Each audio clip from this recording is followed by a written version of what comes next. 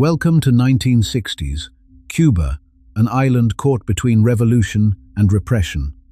After Fidel Castro seized power in 1959, the new regime promised moral reform, closing the casinos and brothels that had flourished under Fulgencio Batista. The trade was declared a symbol of capitalist corruption, and by the early 1960s, the government claimed it had eradicated the trade entirely. But history rarely disappears so neatly. Behind shuttered doors in Havana's dimmest neighborhoods, clandestine brothels survived hidden in private apartments, whispered about in coded language, protected by silence and fear. Some women were sent to rehabilitation farms under state supervision. Others vanished into the underground economy that thrives wherever prohibition meets desperation. In a Cuba reshaped by ideology, morality became political and intimacy, dangerous. Tonight, we step beyond the revolutionary slogans and into the shadows, uncovering the secret world of clandestine brothels during the Cuban dictatorship of the 1960s. In the triumphant speeches that echoed across Havana in the early 1960s, Fidel Castro proclaimed that the revolution had accomplished what no previous government had dared attempt: the complete elimination of the underground practice from Cuban soil. Standing before cheering crowds at the Plaza de la Revolución, surrounded by banners depicting Che Guevara and José Martí, Castro declared in 1961 that the revolution has cleaned the filth that imperialism left behind, and that Cuban women had been liberated forever from the degradation of selling their bodies. The brothels of the infamous Colón district had been shuttered, their ornate doors padlocked and their windows darkened. The casinos that once glittered along the Malecón stood empty or converted to workers' social clubs like the Círculo social Obrero Patricio Lumumba, and thousands of former company girls had supposedly been transformed into productive socialist citizens through revolutionary rehabilitation programs featured in triumphant newsreels shown before every film at Havana's remaining cinemas. Yet in the narrow streets of Centro Habana, in the crumbling apartments of Vedado where faded paint peeled from colonial-era walls, and in the quiet houses of residential neighborhoods from Miramar to Marianao, a different reality persisted beneath the surface of revolutionary triumph. The practice had not been eliminated, it had merely learned to hide. Like water finding cracks in stone, the illicit commerce of intimacy spread quietly through revolutionary society, adapting to surveillance, navigating repression, and surviving through networks of trust, discretion, and carefully cultivated corruption. As the Cuban exile writer Guillermo Cabrera Infante, who had initially supported the revolution before fleeing to London in 1965, later observed with characteristic irony,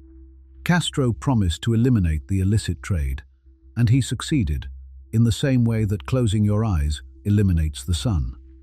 The story of the hidden trade in 1960s, Cuba reveals the profound gap between revolutionary ideology and human reality,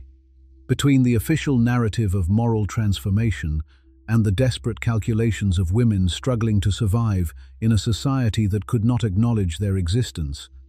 The revolutionary government's campaign against the illicit activity combined ideological fervor with institutional force in ways that fundamentally altered the environment of the illicit trade without actually ending it. Beginning in 1959, with the closure of the Colón district's most visible establishments and intensifying through the early 1960s as the revolution consolidated power,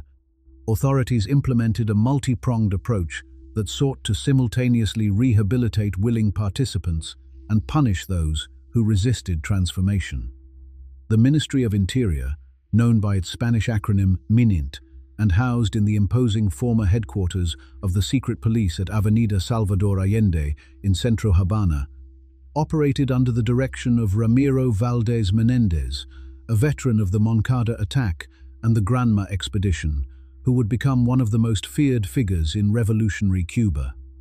Valdez, whose stern visage and penetrating gaze earned him the nickname the Red Beard, established special units within the Department of State Security dedicated to identifying and processing women involved in the trade and other activities deemed incompatible with revolutionary morality.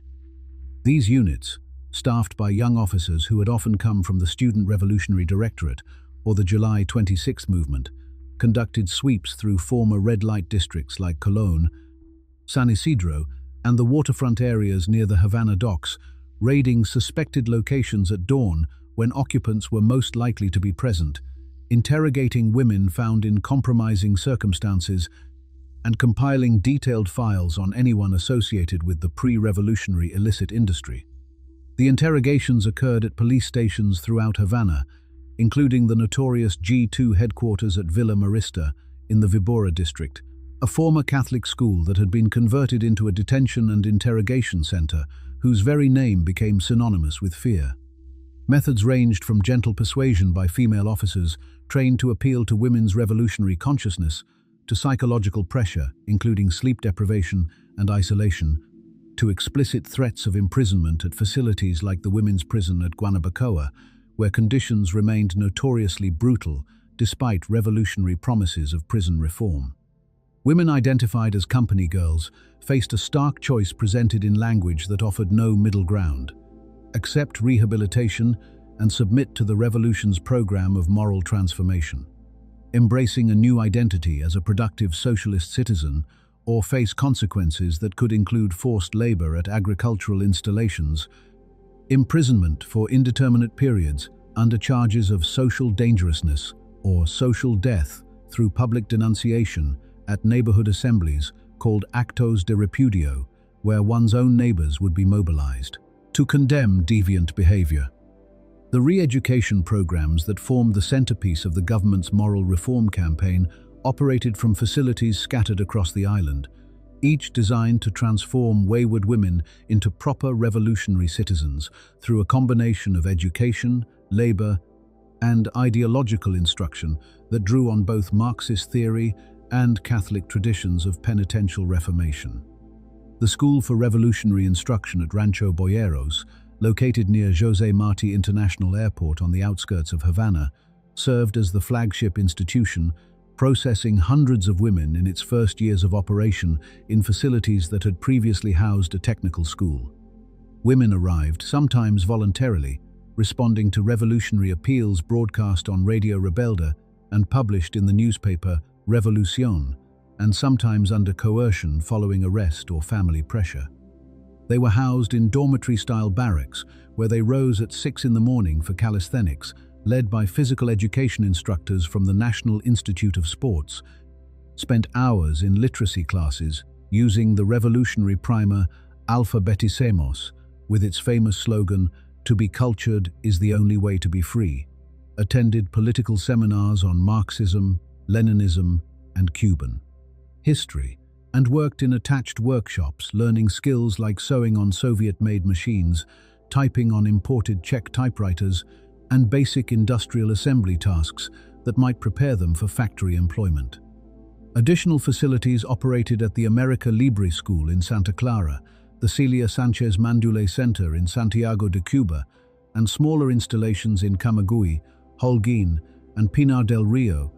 each adapted to local conditions, but following the same basic program developed by the Federation of Cuban Women. Instructors, many of them young women from the FMC who had fought in the Sierra Maestra or participated in the urban underground against Batista, approached their work with missionary zeal that combined revolutionary conviction with genuine concern for the women they sought to transform. Vilma Espín herself, the FMC president and wife of Raúl Castro, visited the Rancho Boyeros facility on multiple occasions, delivering speeches that emphasized solidarity rather than judgment. "These women are not our enemies," Espín declared in a 1962 address later published in the FMC magazine Mujeres. "They are our sisters who were exploited by capitalism, and it is our duty to help them discover their true worth as human beings and as Cubans." Some women genuinely responded to these programs, finding in them an education they had never received and opportunities that poverty had denied. A former company girl named Juana Maria Rodriguez, interviewed by the journalist José Iglesias for his 1968 book, In the Fist of the Revolution, described her rehabilitation as being born again at age 32, explaining that she had entered the trade at 14 in the eastern city of Bayamo, after her mother's death from tuberculosis left her responsible for 4 younger siblings, and had never imagined any other life until the revolution showed her possibilities she had not known existed. She had learned to read, trained as a seamstress, and by the time of the interview worked at the Textilera Ariguanabo factory in Bauta, where she earned 90 pesos monthly and had been elected to the local trade union council. Yet for others, the rehabilitation programs felt less like liberation than like a different form of confinement. An exchange of one kind of control for another that demanded not just behavioral compliance, but the performance of genuine ideological conversion that some found impossible to sustain. The most notorious aspect of the revolutionary crackdown came with the establishment of the UMAP camps, the Unidades Militares de Ayuda a la Producción, which operated in the remote Camagüey province from November of 1965 to July of 1968, leaving a legacy of trauma that survivors carried for the rest of their lives. These forced labor installations, established by the Ministry of the Armed Forces under Raúl Castro's command through Military Order No. 1, were officially designed to contribute to agricultural production while rehabilitating social elements deemed incompatible with revolutionary society, a category defined so broadly that it could encompass almost any form of nonconformity. The camps were constructed in isolated areas of Camagüey province, chosen specifically for their distance from major population centers and their harsh agricultural conditions, including the swampy lowlands near Morón, the arid plains around Nuevitas, and the sugar-growing regions surrounding Florida and Esmeralda.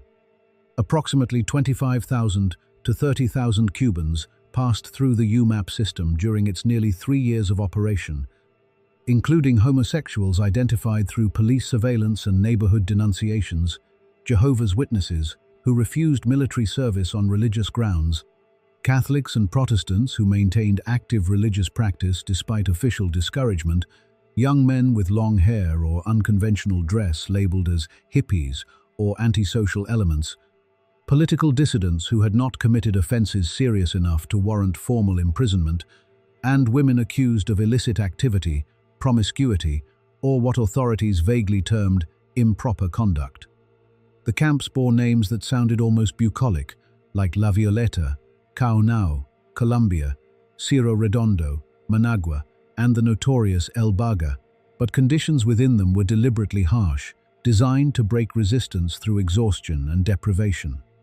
Internees worked 12 to 16 hours daily,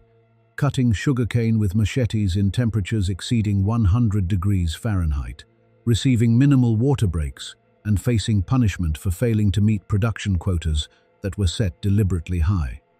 They received rations of rice, beans, and occasional meat that provided perhaps 1,500 calories daily, far below the requirements of intense physical labor. And they slept in crowded barracks constructed from wooden planks with zinc roofs that turned the interiors into ovens during the day and offered little protection against mosquitoes and other insects at night. Guards, many of them young conscripts from the Revolutionary Armed Forces with little training in managing detainees, sometimes subjected internees to physical mistreatment, ranging from harsh punishment for minor infractions to sadistic punishments, like forcing homosexual men to stand exposed under the sun, or forcing religious believers to renounce their faith. The writer Reynaldo Arenas, who was interned in a UMAP camp near Holguin for his homosexuality, and who later chronicled the experience in his searing memoir Before Night Falls, published in 1992 after his death from AIDS in New Case. York described the camps as places designed not to kill us quickly, but to destroy us slowly, to break everything inside us that made us human, to prove that there was no escape from revolutionary power even in the most remote corner of the island. Women sent to the camps faced additional vulnerabilities that male internees did not share, including personal attacks by guards and male prisoners, forced gynecological examinations conducted without medical justification, and psychological mistreatment that focused on their personal character and perceived behavior. A woman named Caridad, whose surname was protected by researchers who interviewed UMAP survivors decades later, we recalled being forced to undress partially in front of male guards, who mocked her body and told her she was worth nothing to anyone now. Such incidents were rarely documented in official records and almost never punished, for the victims had no recourse to any authority outside the camp system.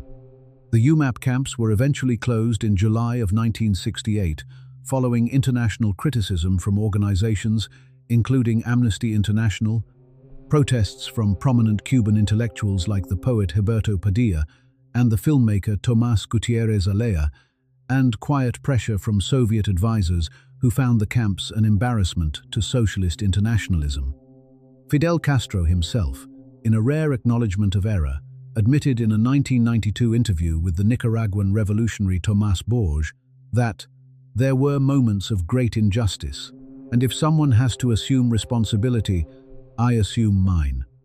But this belated admission came too late for those who had suffered, and the UMAP legacy haunted survivors for decades, while casting a long shadow over anyone who might consider defying revolutionary moral codes in ways that could attract official attention.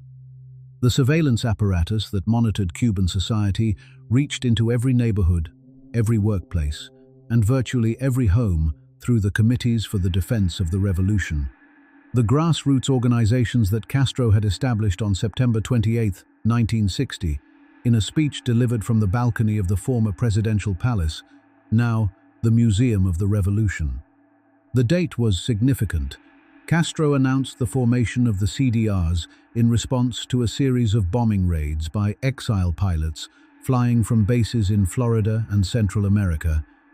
declaring that Cuba would establish a system of collective revolutionary vigilance so that everyone knows who lives on every block, what each person does, what relationships they have with the tyranny, what they do, who they meet, and what activities they follow. By 1963, the CDRs had grown to encompass over 2 million members, organized into more than 100,000 block committees spread across every urban neighborhood and rural community in Cuba, making them one of the largest mass organizations in Cuban history, and perhaps the most comprehensive neighborhood surveillance system ever established outside of wartime conditions. The organizational structure was hierarchical and thorough. Each committee typically covered a single city block or rural village, with an elected president responsible for the territory, supported by coordinators for tasks like vigilance, health, education, and revolutionary orientation. Above the block committees stood zone committees, covering several blocks, then municipal committees, provincial committees, and finally, the National Directorate headquartered in Havana under the leadership of figures like José Matar, who had conceived the organizational model, and later Jorge Lezcano and Armando Acosta. The CDR president, often an older woman with time to observe her neighbors and political credentials to protect through demonstrated revolutionary commitment, kept detailed notebooks recording who lived at each address, who visited, and at what hours, what work residents performed, whether they attended voluntary labor brigades, how they responded to revolutionary campaigns, and any irregularities in behavior or consumption that might indicate black market activity, political dissent, or moral deviance. These notebooks, filled with cramped handwriting and accumulated observations over months and years, constituted a parallel census of Cuban society that captured details no official form could collect. A woman who received too many male visitors at odd hours, who came and went on irregular schedules inconsistent with legitimate employment, who dressed too well for her official income or possessed goods like imported perfume, quality soap, or fresh meat beyond what the libretta allocated, could find herself the subject of an investigation that began with gossip among neighbors, progressed to formal notation in the CDR president's notebook, and might culminate in a report to the municipal CDR coordinator or directly to the police. The sociologist María de los Ángeles Torres, who grew up in revolutionary Cuba before emigrating to the United States, later recalled in interviews that everyone knew the CDR was watching, and everyone watched everyone else, because you could never be sure who might report you for anything real or imagined. The scrutiny imposed by the CDRs created an environment of pervasive suspicion that fundamentally altered how clandestine personal transactions could operate, forcing adaptations that would have been unimaginable in the relatively open vice economy of the Batista era. In the 1950s, a company girl could walk the streets of Colón openly wearing the tight dresses and high heels that advertised her profession, negotiate with clients in public view outside bars like the Shanghai or the Two Brothers, and conduct business in brothels known to everyone in the neighborhood, from the uniformed policeman to the corner fruit vendor. Under the revolutionary surveillance system, any visible sign of illicit activity invited immediate consequences that could range from detention and interrogation to internment in rehabilitation facilities or worse. Women who wished to continue in the trade despite the risks had to develop entirely new methods of operating, methods that prioritized invisibility above all else and that bore no resemblance to their previous practices. They could no longer work from fixed locations where neighbors might notice patterns of male visitors arriving and departing. They could not establish regular schedules or behaviors that watchful CDR members might detect and record in their ever-present notebooks. They had to conduct their business in ways that appeared to casual observation, entirely innocent, indistinguishable from the normal visits, friendships, and transactions of everyday life. This imperative for concealment transformed the trade from a visible, if stigmatized, occupation centered in identifiable districts into a clandestine practice requiring elaborate precautions. Trusted networks built over years of careful testing and constant vigilance against discovery by neighbors, colleagues, officials, or even family members who might report suspicious activity out of revolutionary conviction or personal grievance. The Cuban writer José Lezama Lima, who remained in Havana despite his homosexuality and his conflicts with revolutionary cultural policy, captured this atmosphere of hidden lives in his dense, Baroque novel Paradiso, published in 1966, describing a society in which everything essential must be concealed, and the surface of life becomes a performance for those who are always watching. The CDR system, designed to eliminate antisocial behavior through mass surveillance that made every citizen a potential informant, instead drove that behavior deeper underground, where it became harder to monitor, harder to control, and in some ways more dangerous for everyone involved, both those who practiced it and those who sought to stop it.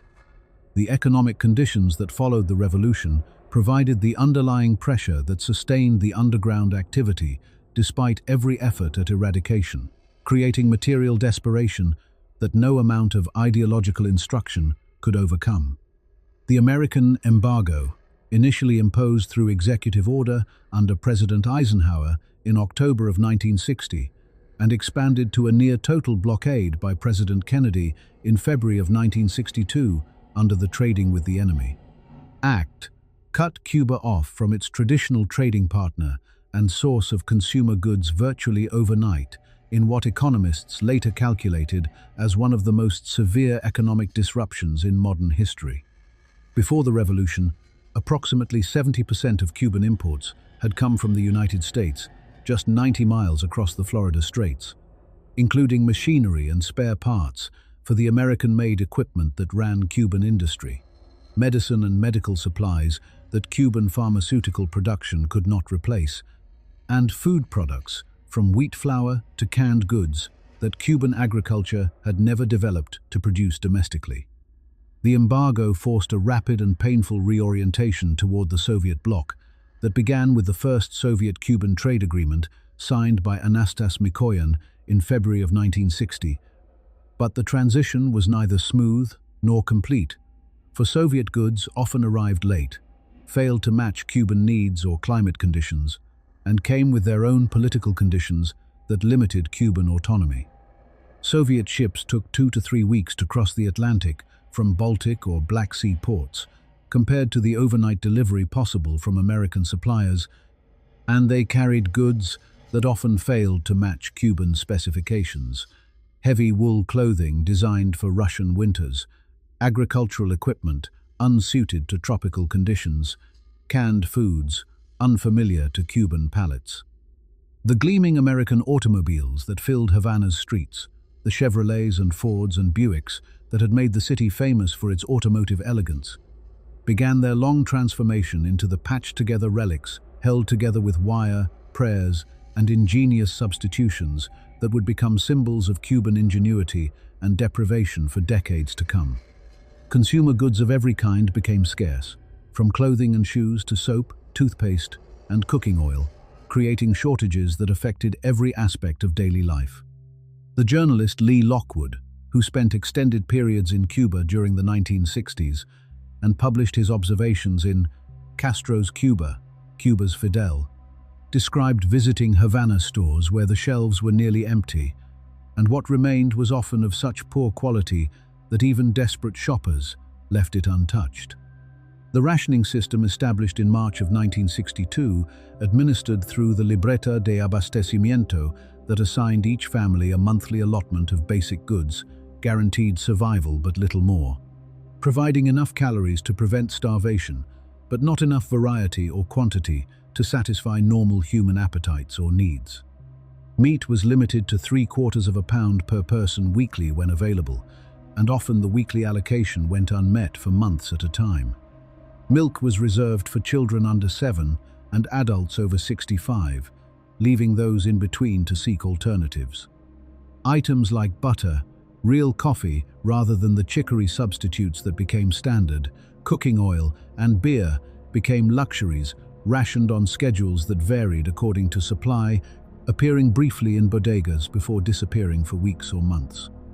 By 1963, the Cuban economist Carlos Rafael Rodriguez, who had joined the revolutionary government despite his previous ties to the old Communist Party, privately admitted to foreign visitors that "we have learned that building socialism is more difficult than overthrowing capitalism." For women who had supported themselves and often their entire extended families through the trade before the revolution, the economic transformation created desperate circumstances that rehabilitation programs could not fully address, no matter how sincere their intent. The jobs promised to graduates of re-education schools, typically positions in textile factories, like the Textilera Ariguanabo in Bauta, or the newly established plants in the Havana industrial zone. Agricultural cooperatives formed from expropriated estates in Pinar del Rio and Matanzas provinces, or service industries like the worker cafeterias that fed the growing bureaucracy, paid wages of 60 to 120 pesos monthly, depending on qualifications and sector. These wages barely covered basic necessities under rationing and were entirely inadequate for those with dependents, debts, or expenses beyond the minimal norm that revolutionary planners imagined. A woman with children requiring school supplies unavailable through ration cards,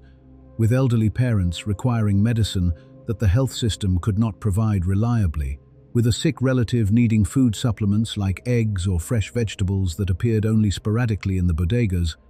faced calculations that revolutionary ideology could not resolve, no matter how many hours of political instruction she had received. The peso earned through legitimate employment bought only what the ration system allocated. Anything beyond the libreta's allotments required access to the black market, known by the euphemism La Bolsa Negra, or simply resolver, a term meaning to resolve or solve that Cubans used to describe the informal transactions that made daily life possible. In this parallel economy, prices ran 5 to 10 times official rates, or even higher for particularly scarce items. A pound of beef that cost 1 peso at the state butcher shop, if available at all after waiting in line for hours, might cost 8 to 12 pesos from the illegal sources that operated discreetly in every neighborhood, from farmers who diverted portion of their harvests, from workers at state enterprises who liberated small quantities of their products, from the complex networks of intermediaries who connected supply and demand outside official channels. Coffee, which the ration provided at perhaps a £1/4 monthly, cost 15 pesos or more per pound on the black market, a price that represented a week's wages for many workers. The mathematics of survival pushed women toward income sources that existed outside official channels, and for some,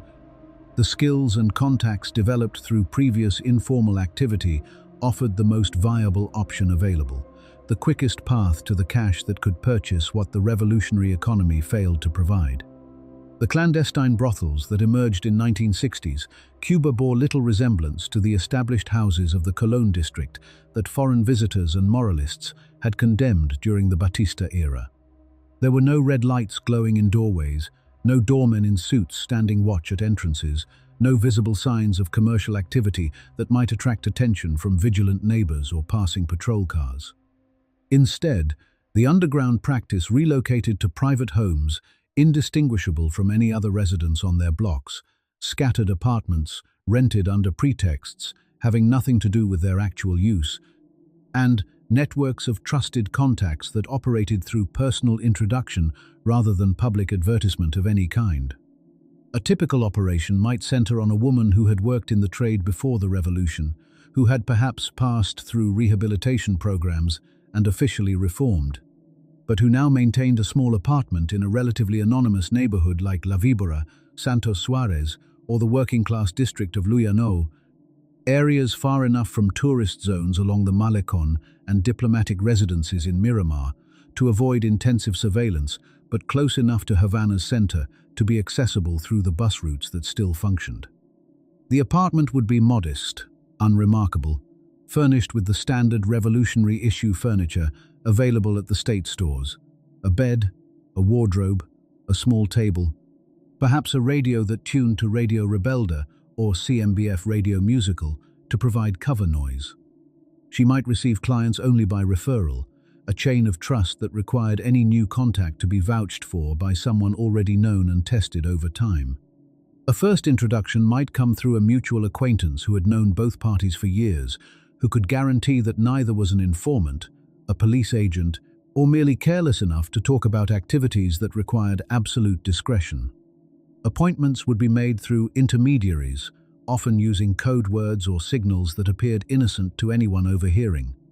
A phone call on one of the party lines that connected multiple households to a single exchange might arrange a meeting to discuss sewing work that needs to be done, or to deliver medicine for my aunt, who has been unwell, phrases understood by participants, but meaningless to the CDR member, who might be listening from her own telephone, or to the telephone operator at the central exchange, who was required to report suspicious conversations. One woman, identified only as Estrella in a study conducted decades later by Cuban-American researchers, recalled using the phrase, "My cousin from Oriente is visiting," to alert her network that a trusted client was available. A signal that could be relayed through several intermediaries until it reached the appropriate party without any single link in the chain, knowing more than necessary. The physical arrangements of these clandestine operations reflected the absolute need for discretion in a surveillance society where neighbors watched neighbors and any unusual pattern might trigger questions, reports, and investigations. Women might receive clients in apartments borrowed from friends, relatives, or co-conspirators in the underground economy, using different locations on different days to avoid establishing patterns that watchful observers might notice. A woman named Mercedes, whose story was recorded by the oral historian Oscar Lewis before his research was terminated by Cuban authorities in 1970, maintained arrangements with 3 different contacts who allowed her to use their homes on rotating schedules: a cousin in El Cerro on Mondays, a former colleague from the old days in Centro Habana on Wednesdays, and an elderly woman in Vedado who received payment in groceries rather than cash on Fridays. Some operations rotated among several addresses across different municipalities, with a network of women sharing access to safe locations and warning each other through established signals of any increased police attention or suspicious CDR activity in particular areas. A clothesline with a red garment visible from the street might indicate that a location was unsafe. A flower pot moved from a windowsill might confirm that an appointment could proceed. The encounters themselves were necessarily brief, typically 30 minutes to an hour at most, minimizing the time during which a client's presence might be noticed by neighbors returning from work, CDR members conducting their rounds, or random visitors who might observe and remember a stranger entering or leaving. Payment was often made in goods rather than cash, avoiding the suspicious accumulation of pesos that might trigger questions from bank tellers, employers who paid wages, or simply family members who noticed more money in the household than legitimate income could explain. A client might bring cooking oil obtained from a contact at a state distribution center, meat diverted from a restaurant kitchen where he worked, soap or toothpaste from the diplomatic stores to which certain positions gave access, imported cigarettes, like the American brands, still available through diplomatic channels, or other scarce commodities that could be consumed without trace or traded on the black market for other necessities. One researcher documented a case in which a woman accepted payment primarily in medicine, which she then used to care for her diabetic mother, who could not reliably obtain insulin through the revolutionary health system despite its official commitment to universal care. This barter economy of underground exchanges intertwined with the broader illegal trade that flourished despite revolutionary efforts at control, creating underground networks in which intimate activity, goods, services, and favors circulated through channels invisible to official eyes, each transaction connected to others in webs of reciprocity that sustained entire communities. Foreign visitors offered a particularly valuable clientele for the hidden trade, providing access to hard currency and imported goods unavailable to ordinary Cubans through any legitimate channel is less than #0. 4# is greater than. Despite the revolution's anti-American rhetoric and the genuine hostility between Havana and Washington, Cuba in the 1960s received a steady stream of foreign visitors whose presence created opportunities for those willing to navigate the risks of contact. Diplomats from Eastern Bloc countries maintained embassies along Fifth Avenue in Miramar, their compounds staffed by personnel from the Soviet Union, Czechoslovakia, Poland, East Germany, Hungary, Bulgaria, and other socialist nations who rotated through Havana on multi-year assignments. Journalists from around the world came to cover the revolutionary experiment, spending weeks or months gathering material for books and articles, including sympathetic writers like the American Saul Landau and the French agronomist René Dumont, alongside more critical observers. Solidarity delegations from leftist organizations in Latin America, Europe, Africa, and Asia arrived regularly for tours organized by the Cuban Institute for Friendship with the Peoples, known as ICAP, spending carefully choreographed days visiting model schools, factories, and agricultural projects. Technicians from the Soviet Union and other socialist countries came to assist with development projects, from the Soviet advisors helping to mechanize the sugar harvest to the Czechoslovak engineers building a new brewery in Holguín. These foreigners had access to special stores called diplotiendas located in Miramar and Vedado, where they could purchase goods entirely unavailable to Cuban citizens: imported whiskey and wine, European chocolates, quality clothing, cosmetics, and electronics. They possessed hard currency, whether Soviet rubles, East German marks, or the precious American dollars and British pounds that retained value anywhere in the world. That could be exchanged on the black market at rates many times the official exchange of 1 peso to $1.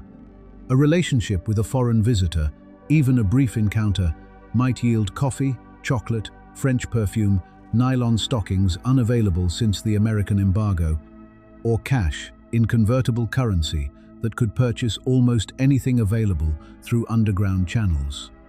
Some women developed ongoing relationships with particular foreigners, arrangements that existed in the ambiguous space between commerce and companionship, genuine romantic involvement, and simple economic necessity that defied easy categorization.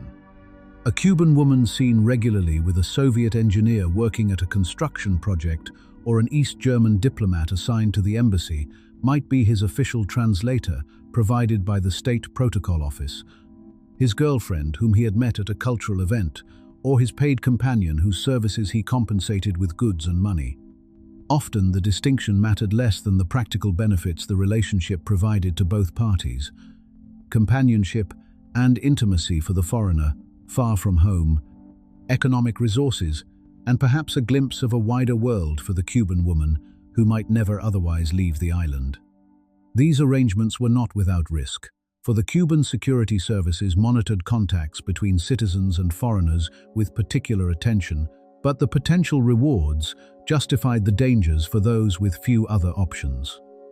The tourism that the revolutionary government tentatively developed during the 1960s created additional opportunities for underground arrangements despite official ideology that condemned the very concept of Cubans serving foreign visitors for profit. The revolution had initially disdained tourism as a legacy of imperialist exploitation, preferring that Cubans work in productive industries like agriculture and manufacturing rather than catering to wealthy foreigners. But the need for hard currency, particularly after the failure of the 10-million-ton sugar harvest that Castro had promised for 1970, forced a gradual reconsideration of tourism's potential.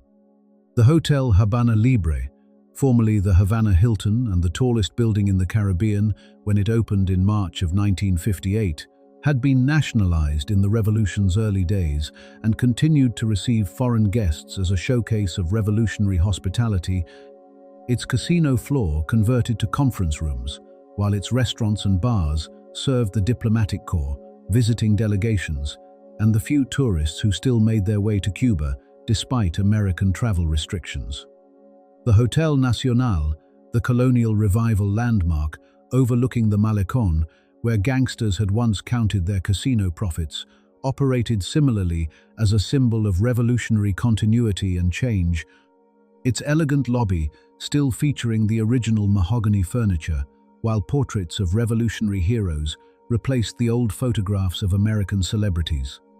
Women who worked as waitresses in restaurants, serving foreigners like the rooftop restaurant of the Habana Libre or the veranda dining room of the Nacional, as chambermaids cleaning guest rooms on floors reserved for diplomatic visitors, or as receptionists greeting foreign arrivals in lobbies where Spanish and Russian now replaced the English that had dominated before 1959, occupied positions that facilitated contact with foreigners while providing cover for activities beyond their official duties. A chambermaid who entered a guest's room to deliver fresh towels or turn down the bed for evening might negotiate a transaction in whispered words and meaningful glances.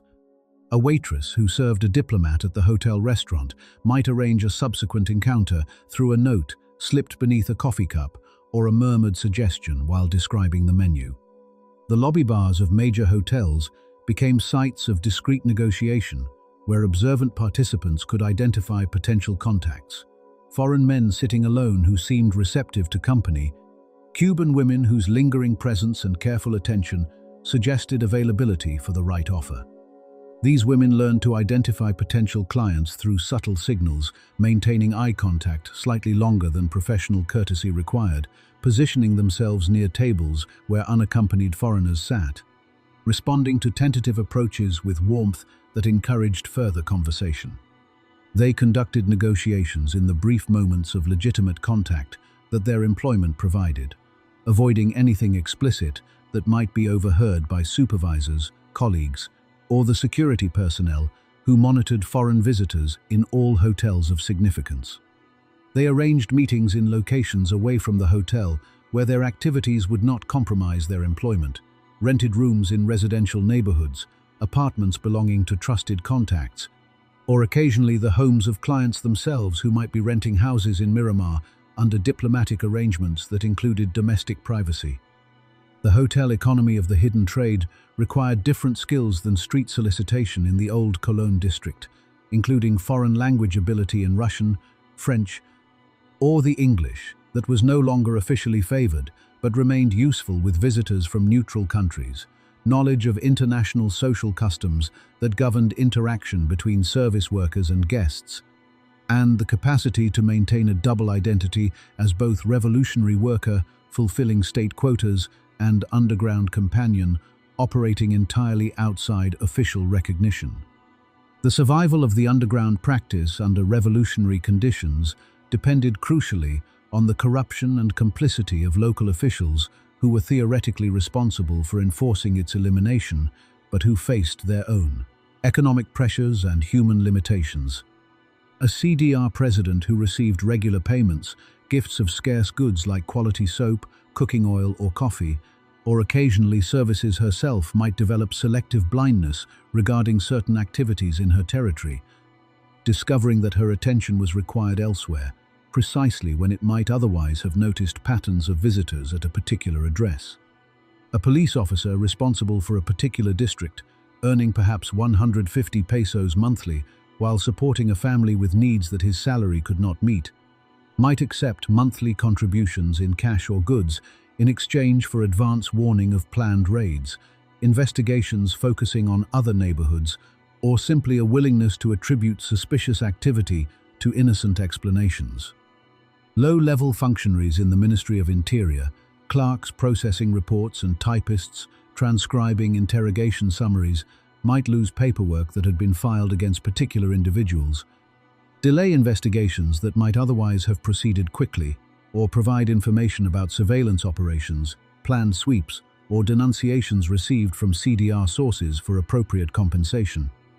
This corruption operated quietly, through personal relationships built over months and years of careful cultivation, and it rarely involved explicit negotiation or acknowledgement of what both parties understood perfectly well.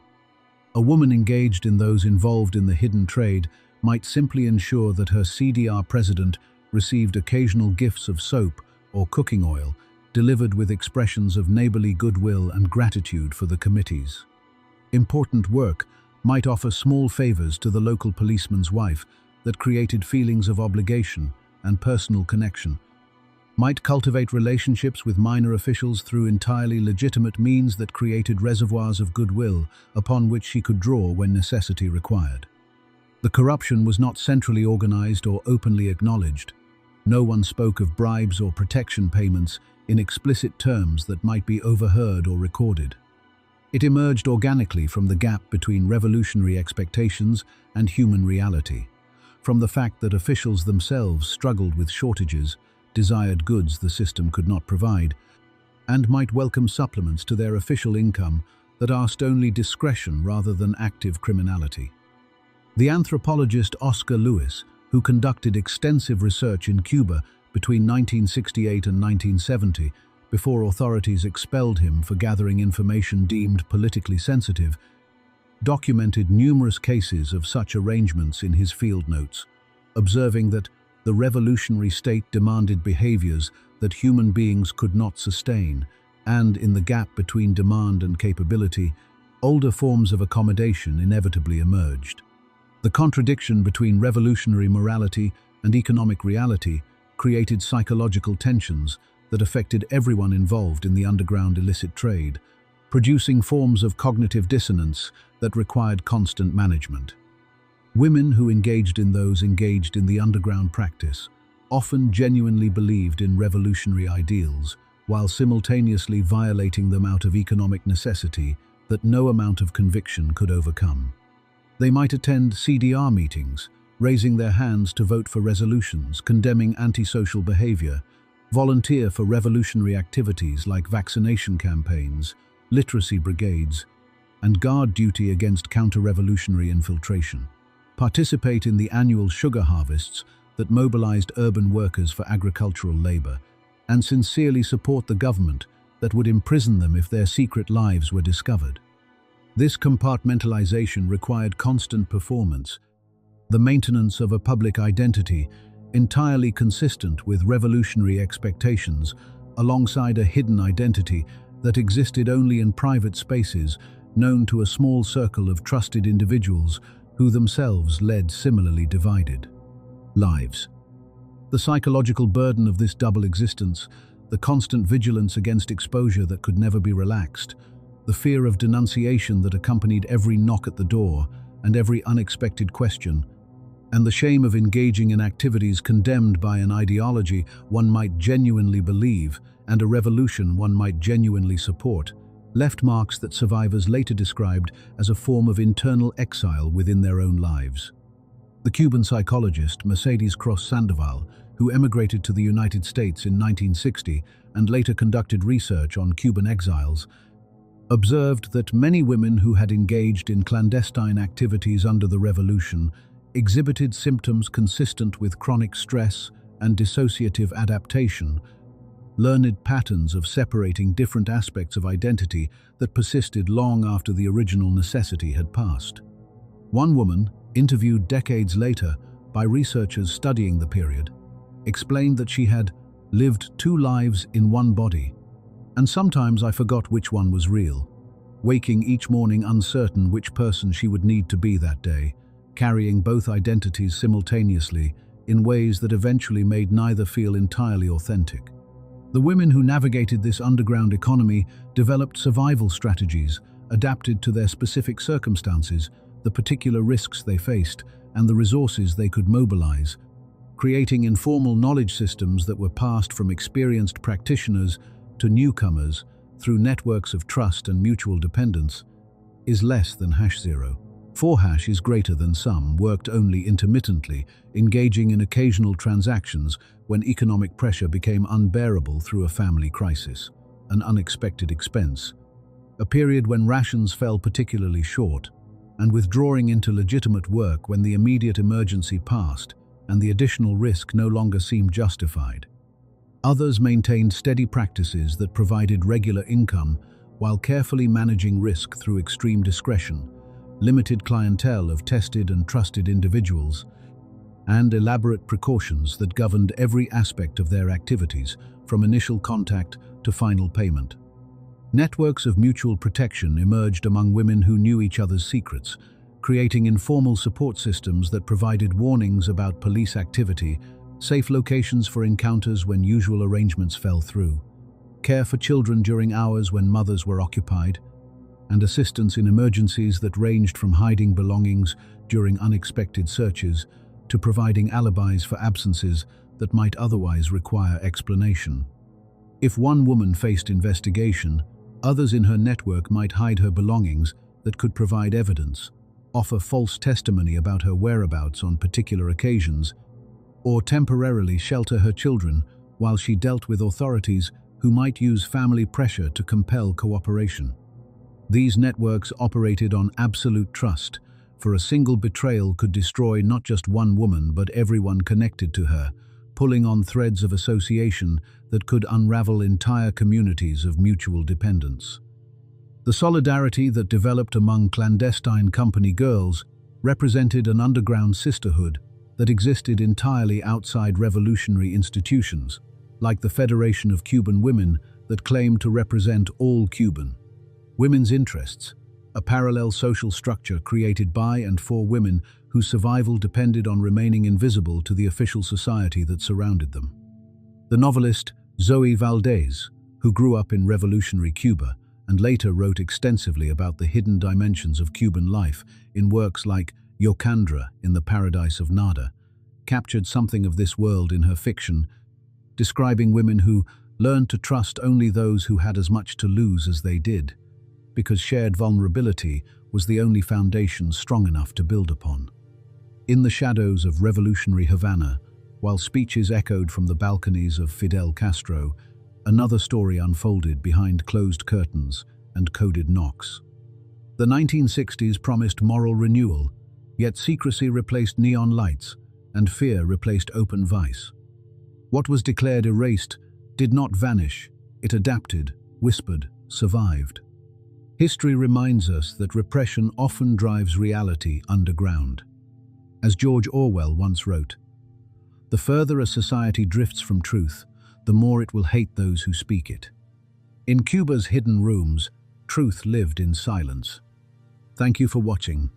If this glimpse into the concealed corners of history moved you, stay curious, stay questioning, and until our next journey into the past, goodbye.